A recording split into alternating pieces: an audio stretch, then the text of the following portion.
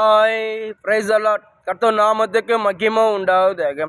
இன்றைய வேத வசனம் லூக்கா சுவிசேஷம் 1 அதிகாரம் 64 நமக்கு இப்படியாக சொல்லப்படுது. உடனே அவனுடைய வாய் திறக்கப்பட்டு அவனுடைய நாவும் கட்டவிக்கப்பட்டு தேவனை சோத்தரித்து பேசினான். அதாவது பார்த்தீங்கன்னா, சகரியா ஒரு தேவ மனுஷன் இருக்கிறார். அந்த சகரியா அங்கே இருக்கிற சில ஆசிரியர் ஒர்க் பண்ணுறாரு தேவாலயத்தில்.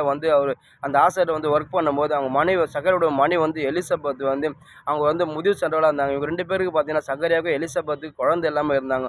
அவங்க ரொம்ப நாளாக அந்த மன சஞ்சலமாக இருக்குது. நம்ம தேவனுடைய பிள்ளையாக இருக்கிறோம், நம்ம தேவனுடைய ஆலயத்தில் நம்ம ஒரு பொறுப்பில் இருக்கோம். அப்படி இருந்து நம்மளுக்கு ஒரு குழந்தை இல்லை சொல்லுவாங்க. ரொம்ப மன சஞ்சலமாக இருக்கும்போது ஒரு நாள் 2 பேரும் உட்காந்து ஜெபம் பண்ணும்போது வானத்தில் ஒரு தேவதூதர் இறங்கி அப்போ சகரிட்ட பேர், சகரியாவே நீ பயப்படாது, உன் வேண்டுதல் கேட்கப்பட்டது, உங்களுடைய ஜெபம் கேட்கப்பட்டதுப்பா. நீங்கள் எதுக்காக ஜெபிக்கணும், நிச்சயமாக அந்த காரியத்தை கர்த்தர் கொடுப்பாரு. உன் மனைவி எலிசபெத் சீக்கிரம் ஒரு ஒரு கர்ப்பவதி ஆகி ஒரு ஆண் பிள்ளை பிறக்கும்பா. இது கர்த்தருடைய வார்த்தை ஒரு நேராக உண்டாகுதுன்னு சொல்லி அதுக்கப்புறம் சகரியா அந்த வார்த்தையை விசுவாசிக்க ஆரம்பித்தார். கொஞ்ச காலம் அதுக்கப்புறம் பார்த்தீங்கன்னா, அதே போல் கர்த்தருடைய வார்த்தையின்படி எலிசபெத்து கர்ப்பவதி ஆகி ஒரு ஆண் பிள்ளை அதுக்கப்புறம் அவங்களுக்கு பிறக்குது.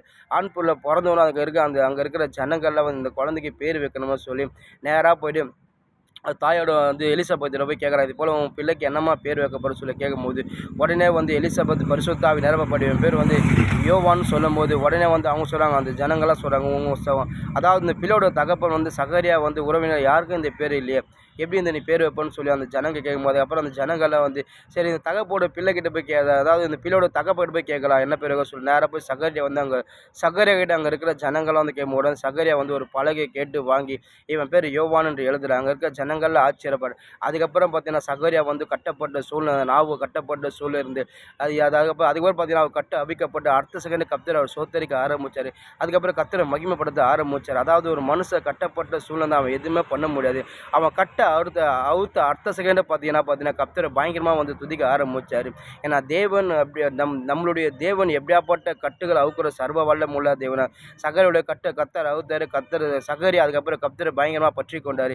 இன்றைக்கி நம்மளோட வாழ்க்கை நம்ம ஆண்டவருடைய பிள்ளையாக இருக்கும்போது நம்ம எப்படியாப்பட்ட கட்டப்பட்ட சூழ்நிலை இருந்தாலும் சரி, நம்ம எப்படியாப்பட்ட கட்டில் இருந்தாலும் சரி, கர்த்தர் அந்த கட்டை அவிப்பார், அந்த கட்டை உடைப்பார். உடைச்சி நிச்சயமாக கர்த்தர் நம்மளுக்கு ஒரு ஜெயத்தை கொடுப்பார். நம்மளுக்கு நிச்சயமாக கர்த்தர் ஒரு நல்ல வாழ்க்கையை கொடு. கர்த்தரை நம்புகிற பிள்ளைகளை ஒருபோதும் கர்த்தர் கைவிட மாட்டார். சகரியா பார்த்தீங்கன்னா அவர் அவர் ரொம்ப நாள் மன சஞ்சலமாக நம்ம ஆண்டோடைய பிள்ளையா நம்மளுக்கு இது இல்லையே, நம்ம இப்படி கட்டப்பட்ட சூழ்நிலை இருக்க நம்மளுக்கு குழந்தை இல்லையே சொல்லி அவருக்குள்ள அநேக ஏக்கங்கள் இருந்தால் ஏசப்பா எல்லாத்துலையும் அவருக்கு எல்லா ஏக்கத்தை ஏசப்பா நிறைவேற்றி அவருக்கு ஒரு மன மகிழ்ச்சியை கொடுத்தாரு. இன்றைக்கி உங்களோட வாழ்க்கை நீங்கள் ஆண்டோடைய பிள்ளையாக இருக்கும்போது என்னால் ஜெபிக்க முடியல, என்னால் பைபிள் வாசிக்க முடியல, நான் கர்த்தருக்கு பிரியமாக நடக்க நினைக்கிறேன், ஆனால் கர்த்தருக்கு பிரியமாக என்னால் நடக்க முடியல, நான் கர்த்தருக்கு உண்மையாக இருக்க பார்க்குறேன், என்னால் உண்மையாக இருக்க முடியலன்னு சொல்லி ஒரு நாள் கவலைப்படாதீங்க. நீங்கள் எப்படியாப்பட்ட கட்டப்பட்ட சூழ்நிலை இருந்து சரி, பிசாசு ஒரு மனுஷனை கட்டி இருந்தானா அவன் அப்படி தான் பண்ணான். உங்களை ஆண்டவரை கிட்டி சேராபடி அவன் தடை செய்வான். என்ன தடை செஞ்சாலும் சரி, அவன் உங்களை என்ன உங்களை கட்டுப்படுத்தாலும் சரி, நிச்சயமாக நீங்கள் ஒன்று ஏசப்பா விடாமல் இரவு பகலாக அவர் துதிச்சுனே இருங்க, பைபிள் வாசினே இருங்க. நிச்சயமாக கர்த்தர் உங்களை வீடியோ வைப்பார். அதான் லூக்கா சுவிசேஷத்தில் அவர் பார்த்தீங்கன்னா, ஒரு வயது சென்ற அன்னாள் என்ற ஒரு தீர்க்கதரிசி அம்மா இருக்கிறாங்க. அவங்க பார்த்தீங்கன்னா பயங்கர வயது 84 வயதில் பார்த்தீங்கன்னா அவங்க இரவு தேவாலயத்தில் விடாமல் ஆலயத்துக்கு ஒரு நாள் தவறாமல் ஆலயத்துக்கு போகிறாங்க. இரவு பகலும் கர்த்தரை துதிச்சுனே இருக்கிறாங்க. கர்த்தரை எப்போது புகழ்ந்து பாடினே இருக்கிறாங்க. அதுக்கப்புறம் பார்த்தீங்கன்னா பயங்கரமாக உபவாசம் பண்ணுறாங்க. 84 வயசுலேயே அவங்க தேவனை விடாமல் பற்றி கொண்டாங்கன்னா அப்போ தேவன் அவங்க வாழ்க்கை எவ்வளோ நன்மைகளை செஞ்சுருப்பார். இன்றைக்கி உங்களோட வாழ்க்கை நீங்கள் ஆண்டவருடைய பிள்ளையாக இருக்கும்போது நீங்கள் எப்படியாப்பட்ட கட்டப்பட்ட சூழ்நிலை சரி, ஒரு நாள் அந்த கட்டை பார்க்கவே பார்க்காதீங்க. நீங்கள் எப்படியாப்பட்ட பிசாசு பிடியில் மாட்டுது அந்த பிசாசு பிடியை பார்க்காதீங்க.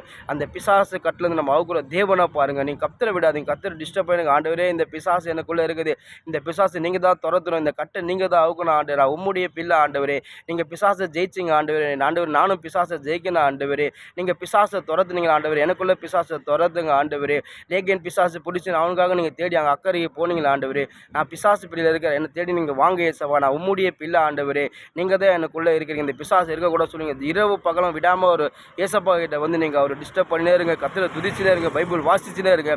உங்களால் முடியலாம் கூட பரவாயில்ல, சோத்திரம்னா பண்ணினே இருங்க. நிச்சயமாக கர்த்தர் உங்களுக்காக அவர் இறங்கி உங்களுக்கு ஒரு பிசாசை துரத்தி உங்கள் கட்டை கர்த்தர் அவுத்து உங்களுக்கு எல்லா சங்கிலிகளை கர்த்தர் அறுத்து போடுவார்.